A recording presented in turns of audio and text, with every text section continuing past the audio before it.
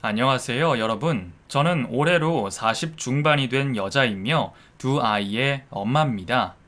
제게도 이런 곳에 글을 쓰게 될 이유가 생길 줄은 상상도 못했는데 어쩌다 보니 이렇게 되었네요. 사람 사는 세상은 그 누구도 예측할 수 없는 것 같아요. 남들처럼 그저 평범하게 가정 잘 지키면서 살고 싶었던 저의 꿈은 산산이 무너져 버렸고, 그걸 계기로 저는 다른 인생을 시작하게 되었답니다. 저의 꿈을 짓밟은 남편과 시모라는 사람에 대해서 오늘은 하지 못한 말을 해보려고 해요. 그럼 제게 어떤 일이 있었는지 지금부터 이야기를 시작해 보겠습니다. 남자를 고를 때 여러분들은 어떤 기준을 갖고 고르세요? 제가 만약 다시 결혼을 한다고 하면 진짜 인성적인 부분을 많이 볼 것 같아요. 그때 제가 했던 실수를 다시 반복하고 싶지 않으니까요.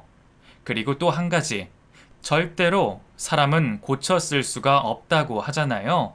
그래서 애초에 시부모 자리도 굉장히 많이 보는 것이 좋은 것 같아요. 결혼 전부터 며느리가 마음에 들지 않으면 결혼 생활 내내 부딪히거든요. 그러니까 아직 결혼을 안 하신 분들은 제 말을 꼭 기억해서 결혼하셨으면 좋겠어요. 저희 남편은 좋은 가정 환경에서 자라서 단 한 번도 경제적인 부분으로 걱정해 본 적이 없는 사람입니다. 남편뿐만 아니라 시모 역시 마찬가지죠. 시아버님이 안정적으로 돈을 잘 벌어다 주고 있으니 딱히 그런 경제적인 부분은 생각해 본 적도 없으셨을 거예요. 남들에게 얘기해도 누구나 인정하는 직업이고 많은 돈을 벌으셨나 보더라고요. 그 덕분에 시모와 저희 남편은 아주 편안한 삶을 살아갔다고 해요. 반면에 저는 일찍 아버지가 돌아가시고 엄마와 오빠 이렇게 셋이 살면서 많이 힘들었었어요. 엄마 혼자 돈을 벌어 집안의 생계를 책임지셨는데 여자의 몸으로 버는 돈이 얼마나 많겠어요.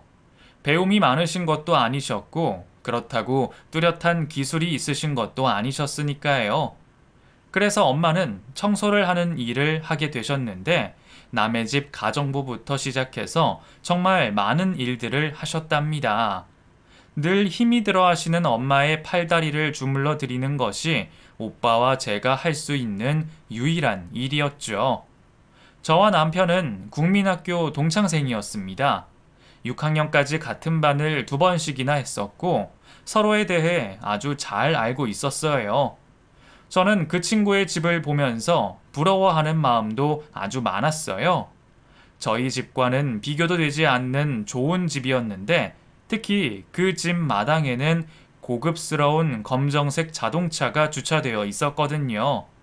저는 아빠도 안 계실 뿐더러 집에 자동차도 없었으니까요. 하도 부러워서 오빠한테 저 자동차를 타보고 싶다는 말을 할 정도였어요. 하지만 그 친구 자체는 부럽지 않았습니다. 학교 안에서 이기적인 행동을 많이 했고 친구들도 별로 좋아하지 않았거든요.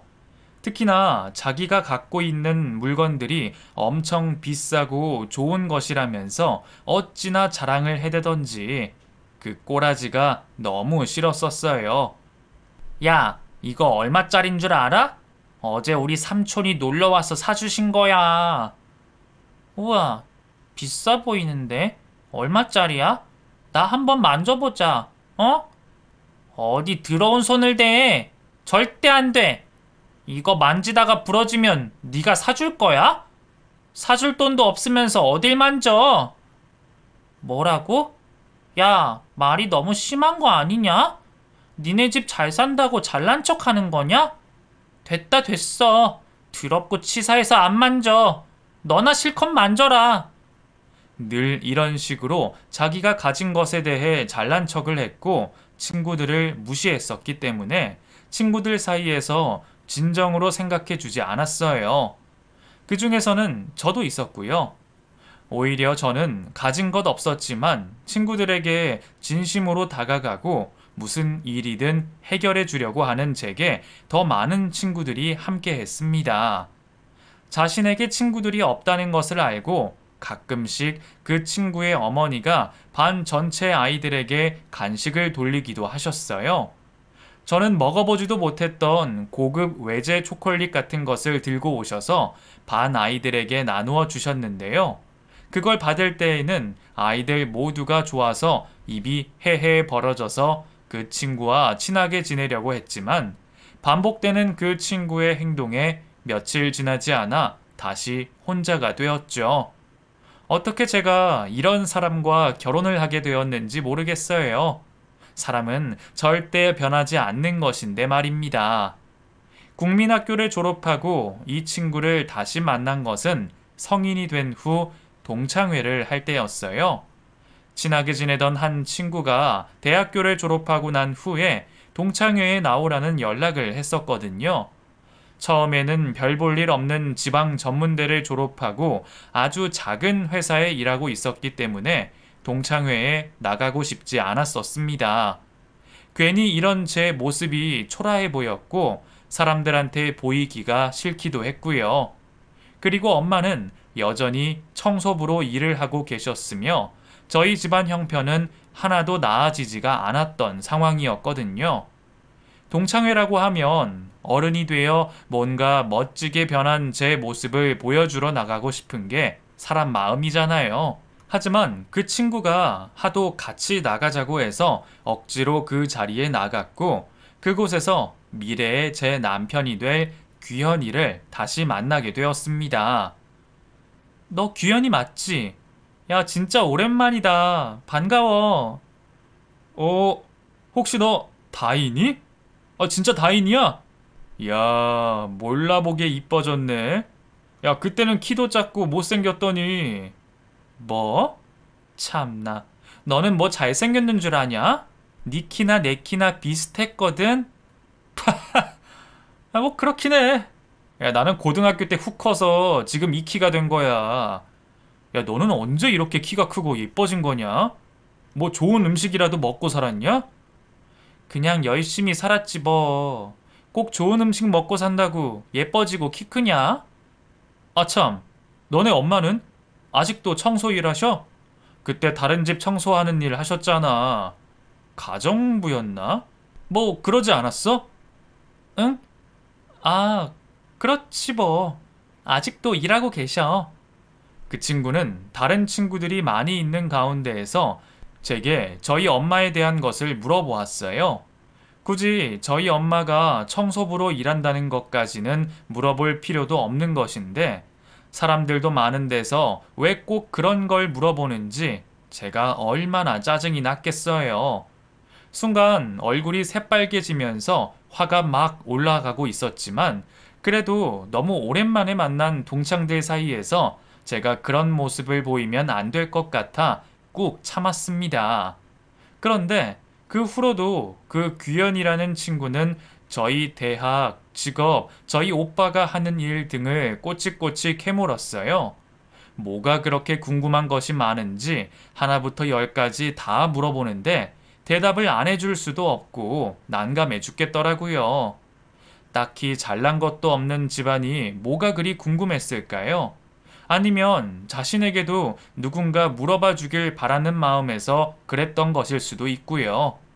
그 친구는 번듯한 대학교를 졸업하고 좋은 직장에 취직을 했더군요. 여전히 아버지는 현직에서 일을 하고 계셨고 집안의 가사 도우미까지 쓰시면서 어머니는 여유롭게 삶을 즐기고 계셨고요. 누가 물어보지도 않았는데도 잘난 척하듯 자신의 이야기를 술술 얘기하는 그 친구의 모습을 보면서 저는 친구와 엄청 욕을 했던 기억도 납니다. 그렇게 동창회를 마친 후 며칠이 지난 후 한 친구가 제게 와서 규현이에 대한 얘기를 하더라고요. 야, 그거 알아? 규현이 걔 대학교 들어갈 때 돈 내고 들어갔다더라? 어? 그게 무슨 소리야? 무슨 돈을 내? 아니, 뭐 학교에 돈 내고 그 부정 입학하고 그런 거 있잖아.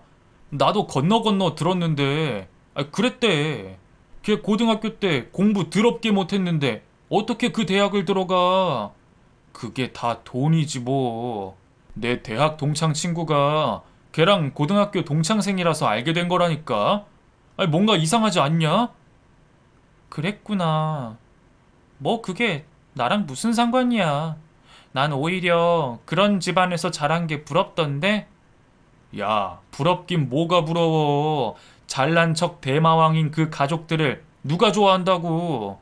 네가 훨씬 나아.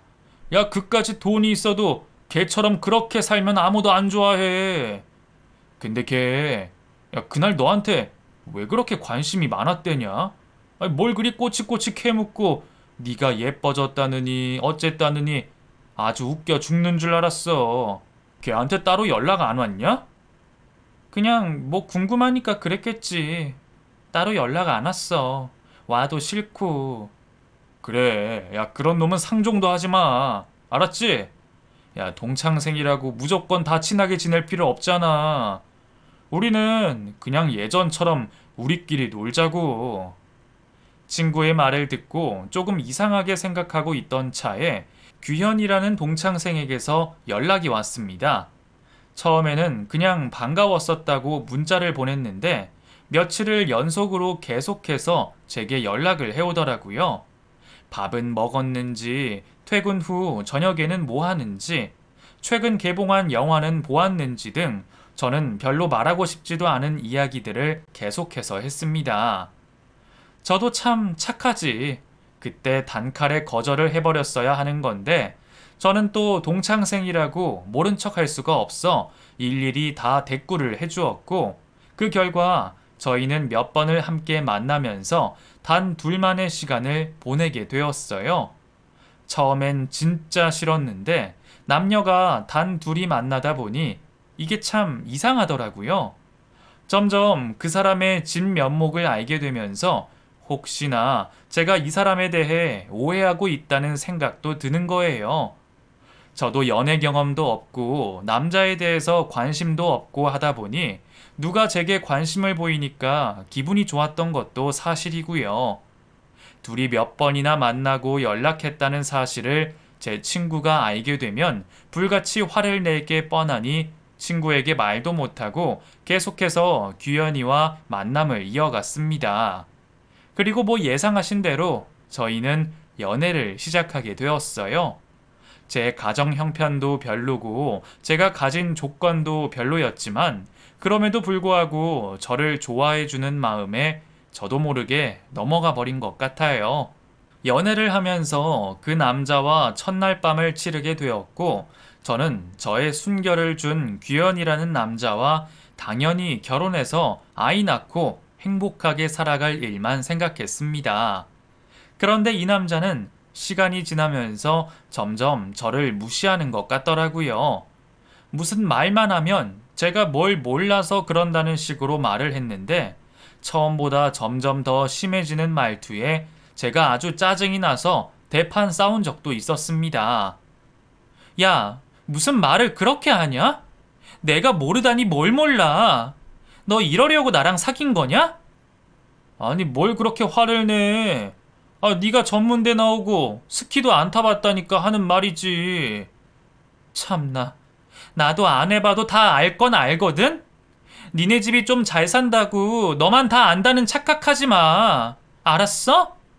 우리 집안 형편 모르는 것도 아니었고 너 옛날부터 다 알고 있었잖아.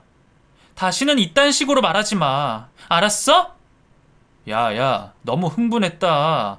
아니면 아닌 거지. 뭘 그렇게까지 화를 내냐? 야, 그래도 네가 엄마 닮아서 엄청 정리 잘하고 깔끔한 건 인정이야. 그건 네가 최고야. 너 지금 그걸 칭찬이라고 하는 거냐? 우리 엄마 청소부라고 놀리는 거냐고? 아니야, 진짜 아니야. 오해하지 마. 난 그냥 네가 엄마 닮아서 청소 잘한다고. 나중에 우리 결혼하면 진짜 집안 엄청 깔끔하겠다. 그치? 화 풀어. 미안. 반 어거지로 몇 번 있던 남친과의 고비를 넘겼더니 제 뱃속에는 어느덧 아이가 생겨버렸더군요. 그때는 제가 왜 그렇게 바보같이 몰랐던지 그냥 남친이 하자는 대로만 하고 따로 피임을 심각하게 하지 못했거든요. 그래서 그런지 피임에 실패를 하고 임신을 하게 되었어요. 그리고 나서 그때부터 저는 남친 집에서 시작된 어마어마한 반대를 이겨내야 했습니다. 너 처음부터 우리 집 보고 우리 아들 꼬신 거지? 동창회에 나가서 만났다며? 다 작정하고 그런 거 아니냐고? 아니에요. 그런 거 아니에요, 어머님. 어머님은 개뿔이 무슨 어머님이야? 내가 너 같은 청소부 딸내미한테 어머님 소리를 들어야겠니? 동창회에 잘난 여자애들 많던데 어디서 꼭 이런 애가 얻어 걸려가지고는 내가 진짜 내 명예 못 산다 못 살아. 아유 열받아. 세상에 작정하고 이렇게 꼬시는데 어떤 남자가 안 넘어가겠어. 우리 애가 공부만 해서 순수하고 아무것도 모르니까 이런 꼴까지 당하고. 어머님 아니에요. 그건 오해세요. 규현이가 먼저 저한테 연락했고 저도. 시끄러워. 너 어디서 입을 함부로 굴리니? 니네 엄마가 그렇게 가르치디? 어디서 넘볼 걸 넘봐야지. 집안 주제도 모르고 어디서 우리 집을 넘봐? 남친의 어머니는 상상을 초월할 만큼 제게 상처 주는 말씀을 하셨어요. 얼마나 짜증이 나고 비참하던지 모든 것을 다 그만두고 어디 도망이라도 가고 싶더라고요. 제가 처음부터 작정하고 꼬셨다는 말을 하는데 얼마나 황당한지 기가 막혔습니다. 그 옆에서 아무 말도 안 하고 가만히처럼 가만히 있는 남친의 모습에 저는 더더욱 화가 났죠. 그래도 어쩌겠어요. 이런 상황에서는 무조건 임신한 사람이 약자인걸요. 혹시나 저와 아이를 모른 척하고 도망이라도 가버리면 어쩌나 제가 걱정까지 되더군요. 시간이 지나면서 모성애가 뭔지 저는 무슨 일이 있어도 뱃속의 아이를 지키겠노라고 다짐을 했고 아이를 지키려면 아이 아빠가 꼭 필요했습니다. 그래서 그때부터는 남친 집안에서 하는 말에 대해서는 그냥 입을 꾹 다물고 버티기로 했죠. 분명히 자신들의 핏줄이 생기고 하면 저를 대하는 것도 달라질 것이라는 생각이 들었거든요. 그래도 아이까지 낳은 며느리를 내쫓기야 하겠어요. 저는 힘들지만 제 아이는 좋은 환경에서 자랄 수 있다는 생각 하나만으로 버티고 또 버텼습니다. 피눈물을 한 10번 정도 흘리고 나니 저희는 결혼을 할 수가 있었어요. 물론 그 과정 속에서 나쁜 생각을 해본 적도 있을 정도였지만 말이죠. 시모가 하는 말의 대부분은 저희 집안을 얘기하는 것이었는데 그 중에서도 제가 가장 듣기 힘든 얘기가 바로 저희 엄마에 대한 얘기였어요. 아이고, 얼마나 모자르고 배운 게 없으면 남의 집 가정부랑 청소 일을 하니? 혹시 니네 엄마 도벽 같은 거 있으셔서 가정부 그만두신 건 아니지? 네? 아니에요, 어머님. 그게 무슨 말씀이세요? 도벽이라뇨. 사람 일은 모르는 거다, 얘. 내가 예전에 우리 집에 도우미를 들였는데 글쎄 그년이 내 안방 서랍에서 반지를 훔쳐다가 나한테 딱 들켰지 뭐냐? 세상에는 그런 사람이 많아. 내가 뭐 너네 엄마가 그렇다는 건 아니고 사람이 자기 주제보다 더 좋은 거 보고 그러면 순간 훅 변할 수도 있고 그러는 거니까. 절대 아니에요. 절대요. 그건 저희 엄마가 좋은 기회가 생기셔서 대학교 소속으로 직원이 돼서 들어가신 거예요. 저희 엄마 얼마나 꼼꼼하고 일 잘하신다고 인정받으시는 분인데요. 아니 뭐 그럼 다행이구나. 세상에 하도 많은 사람들이 있다 보니. 어머님, 저희 엄마 정말 평생을 열심히 살아오신 분이에요. 아버지가 일찍 돌아가시고 어려운 환경 때문에 어머님이 그렇게 생각하시는 것 같은데요. 하늘을 우러러 정말 한 점 부끄럼 없이 살아오신 분이니까 앞으로는 저희 엄마에 대해서 그런 말씀하지 마세요. 부탁드려요, 어머님. 아니, 뭘 그렇게 두 눈을 똑바로 뜨고 말을 하니? 아니면 아닌 거지. 그리고 내가 뭘 니네 엄마한테 이상한 말을 했다고 그래? 그냥 혹시나 해서 물어본 것뿐인데. 너 이런 게 가정교육이라는 거야. 너도 니네 어머니 욕되게 하고 싶지 않으면 시애미한테 이런 행동은 하지 말아야 하는 거야. 알아들어? 결혼 후 저는 시모와 부딪히는 일이 많아졌습니다. 한평생 일을 해본 적도 없으신 시모는 성격이 앞뒤로 꽉 막혀 있으시고 자신이 생각하는 것이 무조건 옳다고 생각하기 때문에 다른 사람의 의견 따위는 중요하지 않으셨죠. 오로지 자신의 아들, 자신의 남편만 중요하고 세상 모든 사람들은 자신의 발밑에 있는 낮은 신분이라고 생각하는 사람이었답니다. 저는 그런 시댁의 분위기 속에서 살아갔어요. 물론 경제적인 혜택을 받은 것은 맞아요. 아무리 저를 마음에 들어하지 않았다고 하더라도 자신의 아들이 살 곳이기 때문에 좋은 집에 좋은 물건들을 가득 넣어주셨고 좋은 자동차도 사주어서 저 또한 몸은 편하게 살아갔습니다.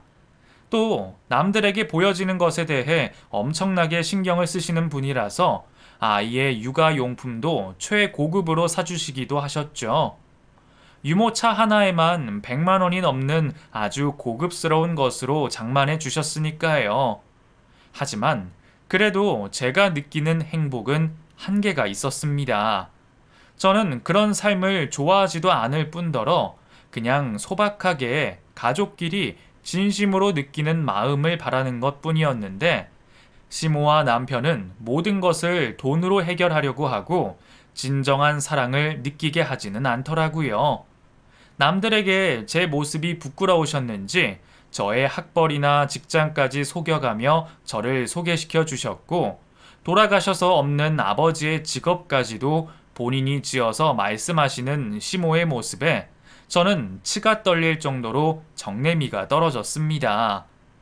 결혼 후 7년여의 세월을 보내면서 두 아이의 엄마가 된 저는 제 시댁에서 제대로 숨도 못 쉴 정도로 극도의 스트레스를 받으며 생활했었는데 제게 오로지 숨 쉴 구멍을 주는 친정에 가서 저는 참고 있던 말들을 모두 풀어내었죠. 엄마, 우리 시모네 집 얼마 정도 할까? 응? 갑자기 그건 왜? 아니, 그렇게 좋고 넓은 집은 대체 얼마 정도 있어야 사는지 궁금해서. 태어날 때부터 저렇게 부자로 태어났는지도 궁금하고, 뭐 그래. 우리 딸이 요즘 힘들구나. 네 시댁이 워낙에 잘 사는 집안이긴 한 거지. 일반 직장인들은 솔직히 그런 거 사기도 힘들단다. 이 엄마는 오래전부터 집을 마련하려고 그렇게 발버둥을 쳐도 잘 안 되네. 그만큼 가진 게 없으면 힘들고 어려운 게야. 그런 거지? 근데 난 돈 많은 시댁을 두고도 하나도 행복하지가 않아. 뭐만 하면 다 돈으로 하려고 하고 또 나에 대해서 사람들한테 속이면서 소개시키고 내가 그렇게 창피한가? 나도 귀한 엄마 딸인데. 우리랑 좀 다른 사람들이니까 네가 그러려니 하고 살아. 그래도 어쩌겠어. 애 낳고 사는데 참아야지. 그래도 그런 시부모한테서 얻는 것도 많잖아. 그냥 그것만 생각하고 네 자식들한테 좋은 환경 준 것만 해도 감사하게 생각하자. 응?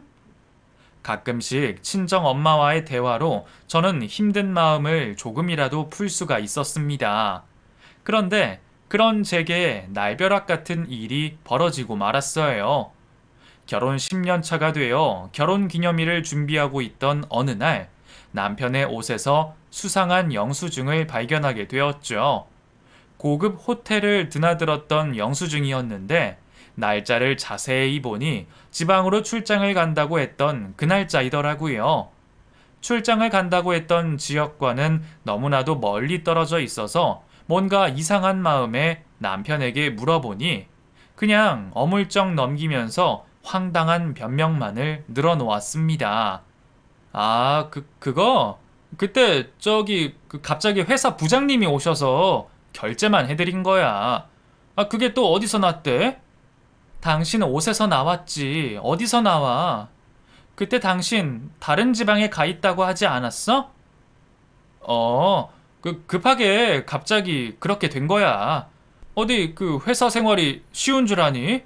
윗사람들 모시느라 정신 하나도 없는데 나한테 이런 걸로 스트레스 줄 거야? 아니, 난 그게 아니라 날짜가 이상해서 물어본 거지. 야, 너처럼 편하게 사는 여자가 어딨냐? 집에서 놀면서 시댁에서 집이며 뭐며 다 해주고 애들 들어가는 돈도 다 여유 있게 내가 벌어다 주는데, 그러니까 우리 집 같은 시댁 만난 걸 정말 다행이라고 생각하면서 살아. 알았지? 남편의 말은 정말 짜증나더군요. 제게 회사 일로 바쁘니 스트레스를 주지 말라고 하면서 세상에서 제가 제일 편한 여자라고까지 했었죠. 제가 바라는 것은 가족 간의 진심 어린 행복인데, 그런 남편의 말을 들으니 이게 진짜 제가 바라던 가족인가 싶을 정도로 실망스러웠죠. 그런 남편을 의심스러운 눈초리로 바라보고 있었는데 결국 제게 꼬리를 밟히고 말았습니다. 남편이 술을 많이 마시고 취해서 잠이 들어 있었을 때 남편의 핸드폰을 몰래 확인해 보았고, 그곳에서 남편이 시모와 나눈 충격적인 대화를 보게 되었어요. 엄마, 마누라가 눈치챈 것 같아. 영수증 들켰어. 뭐? 이런 바보 같은 놈. 그때그때 바로 버려야지. 그런 걸 왜 갖고 있다가 들켜? 진짜 짜증나네. 어떡하지? 일단 확실한 증거는 없는 거니까 두고 보자고. 행동 조심하고 핸드폰 바로바로 지우고. 알았어, 엄마. 나 엄마 카드로 계속 써도 되는 거지? 그럼 그 대신 들키지 않게만 조심조심해. 둘이 짜고 제게 무언가를 속이고 있는 충격적인 문자를 보게 되었고, 저는 그 문자를 보자마자 미친 듯이 증거를 찾으려고 노력했습니다. 그리고 결국 남편과 그 호텔에 간 상대가 동창회에서 만난 여자라는 사실까지도 알게 되었죠. 저는 직접적으로 알지는 못하는 사람이었지만 제 친구가 아는 여자이고 학벌도 좋고 집안도 좋은 능력 있는 여자라고 하더군요. 그 사실을 알자마자 미친 듯이 날뛰며 시댁으로 향했고 시모를 붙잡고 소리쳤습니다. 어머님, 알고 계셨죠? 알고 계신 거죠? 뭘 말이냐? 얘가 도대체 무슨 소리를 하는 거야? 정신산만하게. 알고 계셨잖아요. 아범이 바람피고 쓰레기짓 하고 다닌다는 거 알고 계셨잖아요. 카드까지 주신 거 제가 모를 줄 알아요? 아니, 얘가 무슨 말을 하는 거야 지금? 그년이 아주 학벌도 좋고 집안도 좋고 능력까지 있다고 하더군요. 왜요? 저랑 비교되는 년이라서 좋으셨어요? 그런 거예요? 어머님, 어떻게 그러실 수가 있어요? 같은 여자 아니에요? 저랑 같은 여자 아니시냐고요? 예, 너 정신 똑바로 차려라. 남자들은 다 똑같아. 현실을 직시해봐. 어디 남자들 바람 안 피우고 사는 사람들 있을 것 같아? 어떻게 평생을 밥만 먹고 사니? 라면도 먹고 살고 외식도 하고 그러는 거지. 그 대신 너는 이런 삶을 보장받았잖니. 너는 이렇게 누리고 살면서 남자는 그거 하나 못하게 하는 게 말이 돼? 어머님, 어떻게 그런 말씀을... 네가 지적 수준이 통하니 집안 분위기가 비슷하니 솔직히 얘 너랑 호텔 레스토랑 가기도 창피하더라. 남자가 자고로 밖에서 큰 일을 하다 보면 대화 통하고 비슷한 사람하고 가끔 그럴 수도 있고 그런 거야. 진짜 대단들 하십니다. 대단들 하셔요. 돈이 많으면 뭐해요. 인성교육은 쓰레기인걸요. 저는 이런 집에서 살고 싶지는 않아요. 저희 아이들이 뭘 배우겠어요? 뭘요? 돈 조금 없어도 제대로 된 사람 교육 가르치면서 살게 할 거라고요. 아니, 얘가 정말 단단히 미쳤구만. 어딜 함부로 짓거려, 어? 너무나 황당한 시모의 태도에 저는 더 이상 대꾸할 가치도 느끼지 못한 채 그대로 친정으로 향했습니다. 흐르는 눈물이 멈춰지지도 않았고 뭘 어떻게 해야 할지도 모르겠더라고요. 먼저 이혼한 제 친구가 저보고 절대로 먼저 터뜨리지 말고 증거를 더 찾고 이성을 찾아야 한다고 했었는데 그 말이 그제서야 생각이 났습니다. 아마 저 같은 상황에 놓인 분들은 이해하실 거예요. 영화나 드라마처럼 남편의 바람을 알고도 차곡차곡 증거를 모으고 이성을 지킨다는 것이 얼마나 힘든 일인 것을요. 저보고 패자라고 하면서 이제 더 이상 제가 증거를 찾을 길이 없으니 이혼 소송을 한다고 하더라도 승소하기가 힘들다는 말을 친구에게서 들었습니다. 당장에 아이를 데리고 오려면 제게도 능력이 있어야 하는 건데 결혼 후 아이를 바로 낳는 바람에 직장도 제대로 다닐 수가 없어서 저는 그저 경력 단절녀로 살아가고 있었거든요. 제 처지를 보아하니 부잣집 남편을 상대로 제가 할 수 있는 것이 아무것도 없다는 것을 느꼈습니다. 화가 너무 나서 눈물도 흘렀지만 이런 제 모습이 너무나 비참해 더 눈물이 흘렸던 것 같아요. 친정에 가서 엄마를 끌어안고 엉엉 울기만 했어요. 엄마도 힘든데 딸인 제가 이런 꼴을 보여드리는 것이 너무 속상하긴 했지만 제가 마땅히 기댈 수 있는 곳은 아무것도 없었습니다. 엄마는 저를 따스하게 안아주시면서 말씀하셨어요. 우리 딸 힘들구나. 그래, 마음껏 울어. 무슨 일이 있어도 엄마는 네 편이야. 마음껏 울어. 엄마, 나 어떡해? 나 어떻게 살아요? 우리 아이들 어떡해? 엄마.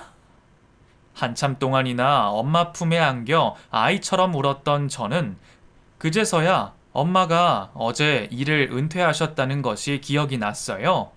그러니까 이 대낮에 집에 계셔서 저를 안아주고 계셨겠죠.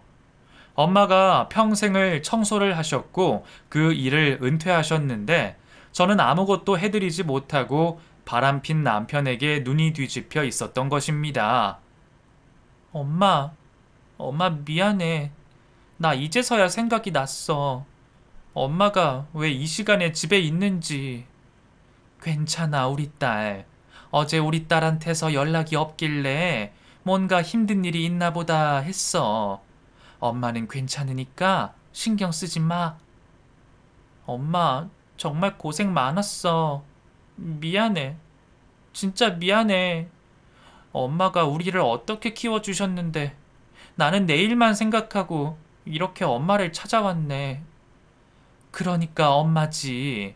엄마들은 자기 뱃속으로 낳은 자식 일은 무엇이든 다 이해할 수 있어. 괜히 엄마가 아니야? 우리 딸, 무슨 일이야? 응? 이제는 말해줄 수 있어? 엄마, 그놈이 있잖아. 그놈이 바람 폈어. 그 나쁜 놈이 말이야. 근데 시어머니라는 사람이 그럴 수도 있다고 막 그러면서 나한테 참으라고. 다 그런 거라고. 어쩌면 이럴 수가 있어, 엄마? 응? 뭐? 이 나쁜 놈을 봤나? 이런 쓰레기 같은 집안을 봤나? 돈만 있으면 다 된다고 생각하나 보지? 이런 나쁜 인간들. 엄마, 나 어떡해? 어떻게 해야 돼? 나 아무것도 할 줄 아는 것도 없고 지금 이 상황에서 어떻게 해야 할지도 모르겠어. 엄마, 나 어떡해? 엄마만 믿어. 엄마가 그동안 못 해준 거 이번에 우리 딸한테 다 해줄게. 알았지? 그리고 너 이혼해서도 걱정 없이 엄마가 뒷받침해 줄 수 있어. 엄마 얼마 전에 작은 건물 하나 경매받은 거 있다. 그러니까 그런 그지 같은 집안에서 더 이상 눈치 보면서 살지 말고 이번 기회에 딱 증거 잡아서 찍소리 못하게 해버리자. 엄마가 다 해결해 줄 테니까 너는 그냥 애들 놀라지 않게 잘 지키고 있어. 친정엄마는 마치 슈퍼우먼이 되신 것 같았습니다. 울며 불며 어찌할지 모르는 저를 붙잡고 단호한 말투로 다 해결해 주신다고 말씀하셨죠.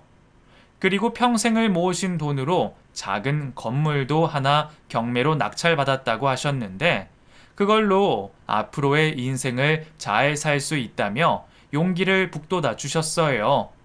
저는 일단 집으로 돌아갔습니다. 아이들을 케어해야 했었고 아이들을 지켜야 했었거든요. 집으로 돌아가 아무 일 없었다는 듯이 아무 말도 하지 않고 그저 아이들만 케어하고 있으니 남편이 제 눈치를 슬슬 살피더니 내일부터 일주일간 지방 출장을 간다고 말하더군요.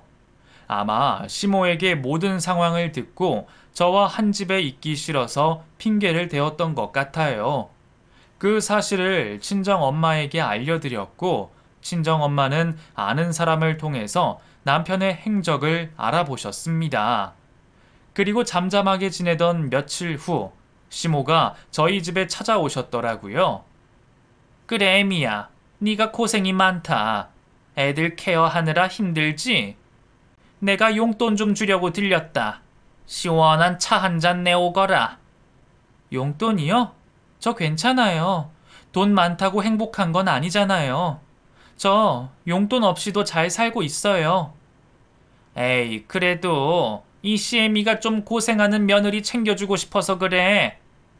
혹시 네가 얼마 전에 있었던 일로 좀 속상해하는 것 같은데 그런 거 다 잊어라. 남자들 금방 그랬다가 또 금방 집으로 돌아오는 법이야. 아참, 그리고 네 친정어머니 요즘도 일하시니? 저희 엄마 얼마 전에 은퇴하셔서 지금 쉬고 계세요. 그래? 그럼 잘 됐다. 니네 집 돈도 없는데 놀면 뭐하니? 용돈도 벌게 우리 집에 와서 가정부로 일하시는 건 어떠니? 네? 저희 엄마 한평생을 일하신 분이에요. 가정부라뇨? 아니, 가정부가 뭐 어때서? 워낙에 가정부로 일 많이 하신 분이니까 익숙하실 거 아니니? 와서 용돈 벌이나 하시라고 해. 놀면 뭐해? 집에서 잡생각이나 할 바엔 일하는 게 낫지. 어머님, 아니에요. 저희 엄마 그렇게 돈 없지 않으세요. 가정부는 됐고요. 어머님이 한평생 팽팽 노셔서 집에서 잡생각 많이 하신 것 같은데 이제라도 저희 엄마 건물에 청소부로 일 좀 해보시는 건 어떠세요? 뭐라고? 예, 너 무슨 말을 그렇게 하니? 내가 그나마 너 생각해서 일자리 주려고 하는 건데. 그리고 니네 엄마가 건물이 어디 있다고 건물 얘기를 하니? 어디 가진 것 없는 청소부 주제? 어머님, 청소부 월급이 요즘 괜찮은 거 모르시죠? 그리고요, 어머님처럼 펑펑 돈 쓰지 않고 열심히 모아도 충분히 행복하게 잘 살 수 있어요. 저희 엄마는 건물 사면 안 되나요? 참나, 얘가 무슨 말을 하는 거야? 니네 엄마가 건물을 샀으면 내가 대통령 엄마가 되겠다. 어디 콧방귀도 못 낄 얘기를 해? 그렇게 못 믿으시겠어요? 아님, 안 믿고 싶으신 거예요? 사람 말이 말 같지 않으세요? 아니, 얘가 갑자기 왜 이래? 애미야, 너 진짜 왜 이러냐? 뭘 잘못 먹었냐? 아니요, 저 지금 너무나도 멀쩡한 상태고요. 결혼하고 지금까지 살면서 가장 속 시원하게 말하고 있는데요. 얘가 정말 미쳤나? 됐다. 내가 오늘은 이만 가볼 테니까 너 다음에 다시. 뭘 다음에 다시 해요? 전 이 문제로 더 이상 어머님과 할 얘기 없고요. 어머님이나 청소부 알바할 생각 있으시면 연락 주세요. 아셨어요? 놀란 시모는 눈이 뒤집혀 저를 쳐다보시더니 그대로 집 밖으로 나가버리셨습니다. 어찌나 속이 다 시원하던지 여태까지 살면서 이렇게 속 시원한 적은 처음인 것 같더라고요. 그동안 저와 저희 엄마를 무시한 것도 모자라 이제는 남편의 바람까지 묵인한 시모를 저도 도저히 용서할 마음이 없었습니다. 그리고 나서 다음 날 친정엄마는 모든 준비를 끝내셨다고 하셨고 저희는 시댁을 향해 쳐들어갔어요. 남편에게도 할 말이 있다며 시댁으로 오라고 말을 해놓은 상태이고요. 일부러 모든 가족이 있는 밤 늦은 시각에 시댁으로 쳐들어갔고 저희 엄마는 제 남편이 다른 여자와 함께 호텔을 드나들고 애정 표현을 하는 모습의 증거들을 모두 꺼내어 보여주며 말씀하셨어요. 이런 부잣집에서는 자식 교육을 이딴 식으로 하시나 봅니다. 아주 잘 봤습니다. 잘 봤어요. 쓰레기 같은 사위가 어떤 짓거리를 하는지 말입니다. 아니, 이게 무슨... 당신 이거 고소할 거야. 이런 짓 하면 벌 받아. 아이고, 그러게요. 저는 잃을 게 별로 없어서 그런지 하나도 안 무서운데 이쪽 집안은 뭔가 잃을 게 많으신 거 아닌가요? 가진 것도 없고 청소부 주제라서 그런지 저는 하나도 안 무섭습니다. 이 여편네가 정말 무식한 줄만 알았더니 네네, 저 무식한 청소부 맞아요. 그러니까 좋은 말로 할 때 순순히 이혼해서 정확하게 위자료 받고 깔끔하게 정리합시다.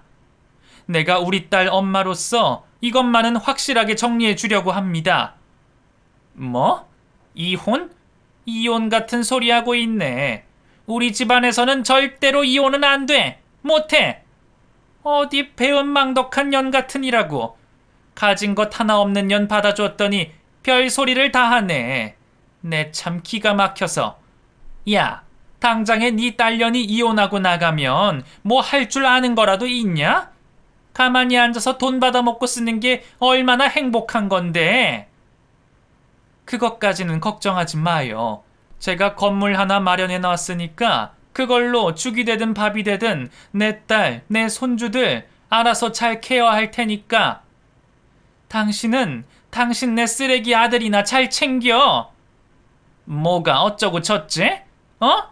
이런 미친 것들을 봤나? 아주 모녀가 쌍으로 무식해가지고는. 그래, 우린 무식하다. 무식하고 천한 사람들이다. 그러니까 더 무식한 짓 보여주기 전에 이쯤에서 좋게 끝내. 알았어?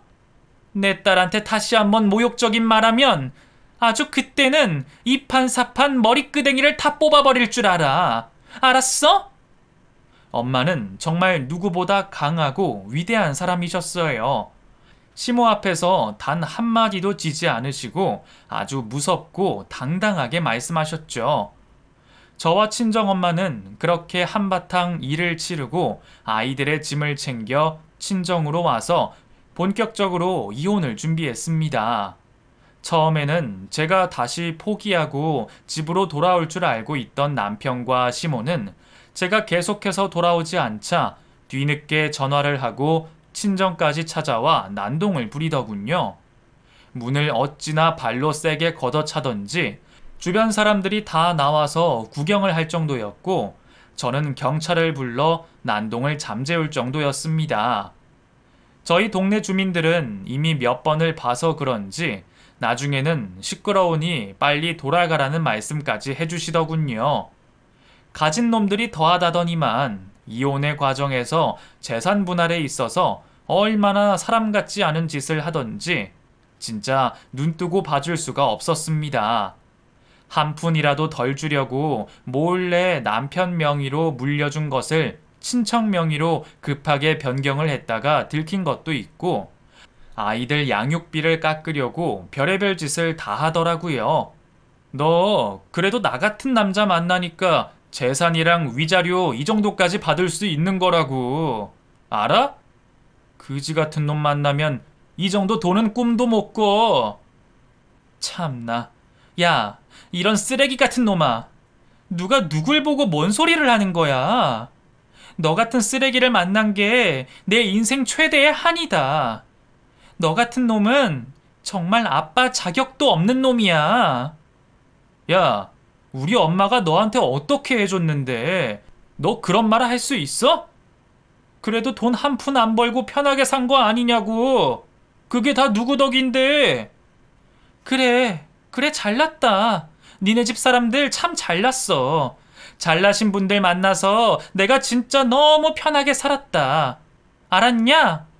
남편이라는 인간은 진짜 이혼의 마지막까지도 정신 차리지 못하고 있는 것 같더군요. 아휴, 정말 어쩜 제가 저런 인간이랑 결혼을 해서 살았는지 이해가 되지 않을 정도였습니다. 그리고 이혼 후, 조금 후에 친구에게 전화가 왔는데 제가 퍼뜨리지 않아도 남편이 동창회에 다른 여자와 바람을 피웠다는 사실이 이미 파다하게 퍼져 있더군요. 야, 아주 그것들 개망신을 당했어. 그러게, 남의 눈에 눈물 흘리게 하면 지들 눈에 피눈물 나는 걸 왜 몰라? 그 년놈들 회사에 소문 다 퍼지고 그년 남친이 찾아가서 패고 가관도 아니었다더라. 속이 다 시원하지 않냐? 그랬어? 아휴, 그래, 속이 다 후련하다. 나는 차마 못했던 건데. 난 그냥 조용히 상간녀 소송만 했지 찾아가서 뭘 어떻게 하고 하지는 못하겠더라고. 그러다가는 내가 먼저 나가 떨어질 것 같아서. 그래, 잘했어. 원래 이런 일에는 이성을 찾고 현실적으로 하는 게 제일 어렵고 힘들다더라. 아주 잘했다, 내 친구. 장하다, 장해. 어려운 일 있으면 연락해. 내가 친구로서 도울 일 있으면 언제든 도와줄게. 친구의 전화를 받고 그나마 답답하게 맺혀있던 속이 조금은 내려가는 것 같더라고요. 제가 차마 하지 못한 것을 누군가 대신해주니 기분이 나쁘지만도 않더군요. 6개월 남짓 저의 길고 길었던 이혼의 과정이 마무리가 되면서 저는 친정엄마의 건물 1층에 식당을 오픈했어요. 예전부터 꼭 해보고 싶었던 일이었는데 이렇게 이혼을 하고 나서 하게 될 줄은 몰랐네요. 가게를 오픈하고 얼마 지나지 않아 근처 부동산 아주머니가 식당에 들러서 제게 이런 말씀을 하시더라고요. 아니, 이 가게를 궁금해하는 사람이 참 많아. 네? 누가요? 누가 그렇게 제 가게를 궁금해해요? 웬 남자가 와서 이 건물에 대해서도 물어보고 가게 잘 되느냐 물어보더니 또 며칠 있다가는 한 60대 된 곱상한 사모님이 물어보대. 애기 엄마 누구 아는 사람 있어? 아니요. 글쎄요. 누굴까요? 심지어 건축물 대장까지 띄어서 명의까지 확인하고 대출이 얼만지까지 알고 있더라니까. 그 사고 싶냐고 물어봐 준다니까 그건 또 아니라고 하고.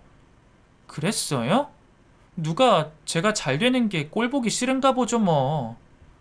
애기 엄마가 어디 남한테 피해주고 그런 사람은 아닌 것 같은데. 아무튼 이상한 사람 참 많아. 부동산 사장님의 말을 들어보아하니 제 전남편과 시모가 저희 가게와 건물에 대해 알아보고 다니는 것 같더라고요. 끝까지 그 인간들은 저를 무시했나 봅니다. 저희 엄마가 이 건물을 산 것조차 믿지 않더니 이제는 직접 와서 확인까지 하고 가다니요. 저는 그 후로 가게를 열심히 운영하며 두 아이를 키워나가고 있습니다. 엄마는 그 가게는 월세도 주지 말라고 하셨지만 저는 그래도 조금이라도 성의 표시를 해드리고 있어요. 한평생 힘들게 버신 돈으로 저를 위해 이렇게 해주신 것이니 제가 어떻게 모른 척을 할 수가 있겠어요. 엄마는 그 건물을 관리해 주시는 아저씨와 핑크빛 연애를 시작하게 되셨고 현재 세상 그 누구보다 아름다운 삶을 살아가고 계신답니다. 저는 앞으로 결혼을 하지 않을 생각이에요. 아이들 잘 키우면서 살아가는 것이 제가 이 세상에서 가장 하고 싶은 일이랍니다. 아이들한테 부끄럽지 않은 삶을 살 거예요. 저는 할 수 있다고 생각해요. 여러분도 지금 어려운 일이 있더라도 분명히 이겨내실 겁니다. 그러니 힘내시고 이곳에 이야기를 털어놓아 보세요. 끝까지 들어주셔서 감사드려요. 이상으로 제 이야기를 마치겠습니다.